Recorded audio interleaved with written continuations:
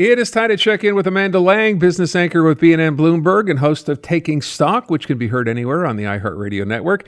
And Amanda, quiet day in the markets except for it being what we might call the end of the world. Look, the Dow was down, I think roughly 4 or 5%. Every market was down yesterday. Maybe a lot of people thought, okay, first day, reaction to the tariffs, that's fine.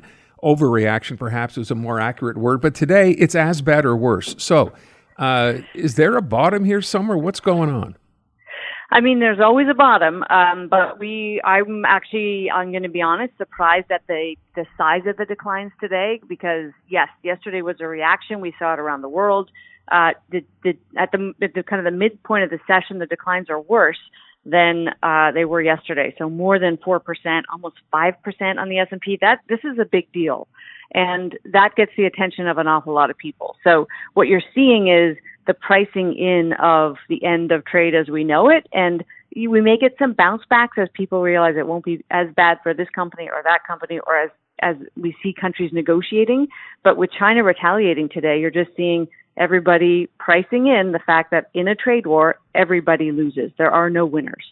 Can we just, for people who did not know, who don't follow this kind of stuff, when you mentioned China retaliating, we know there's been a U.S.-China thing going on for many years, and Canada's not immune, right? We have our own issue with China.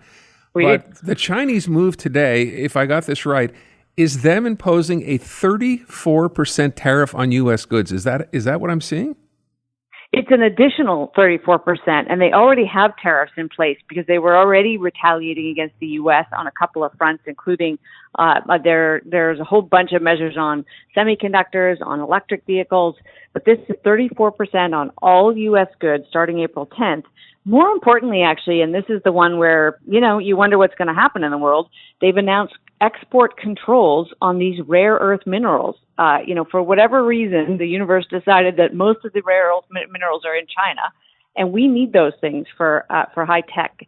And so these are critically important exports, and they're putting controls on them. Now, we're rushing to mine here in Canada. We have some of them here, but China is the most active miner of this stuff, and that's the one that's probably rattling people, although, as negotiating points go, that will get the U.S. attention. So maybe that helps resolve this faster. We've mentioned that past when Donald Trump first started talking about these tariffs and talking about Canada specifically, rare earth minerals came up in that conversation. They wanted Canada's, or supposedly, access to Canada's rare earth minerals. Is this Chinese news, this export control, potentially good news for this Canadian industry?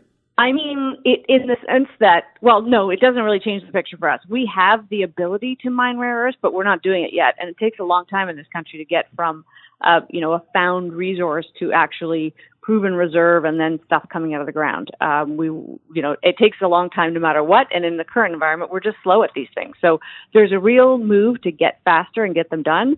And we kind of have to, and this might actually light the fire under us to get that done.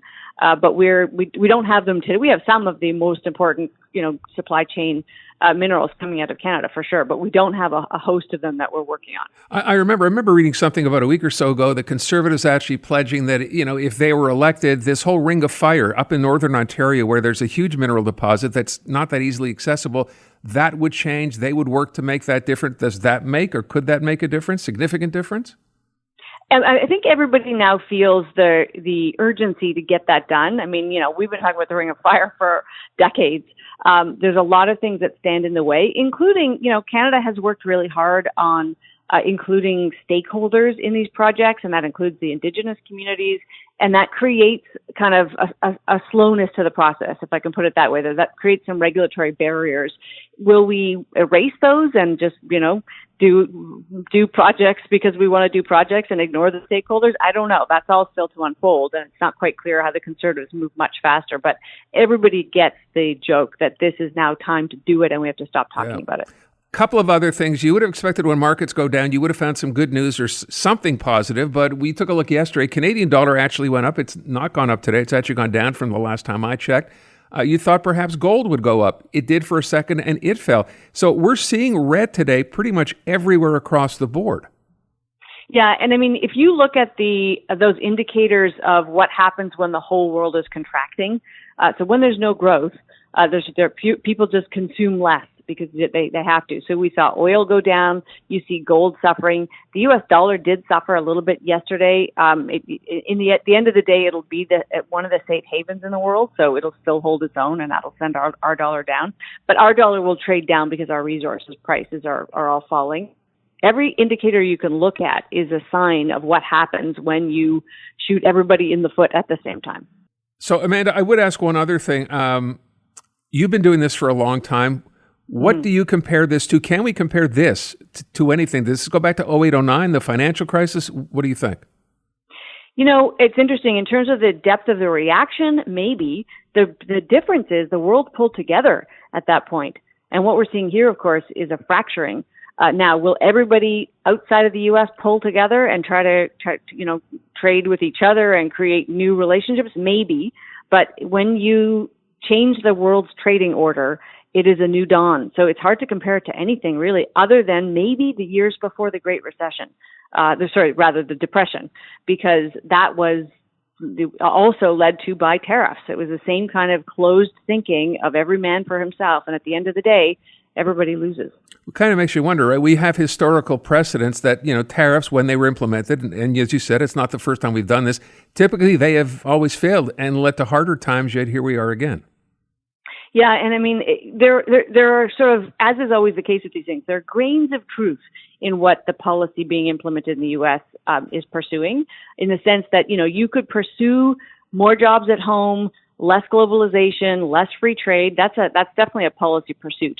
The way they're going at it is a sledgehammer approach that is going to harm everybody, including first and foremost the U.S. So what I'm going to watch, Aaron, is what the U.S. people have to say about this, because, everybody's suffering right now. Yeah. Last thing I will ask you, we had numbers today, of course, Canadian employment numbers for March. They were worse than expected. I think we're down 33,000 jobs, which just goes to show, even before we knew the details of these tariffs as they're affecting us, we know employers were already making changes, and not for the better.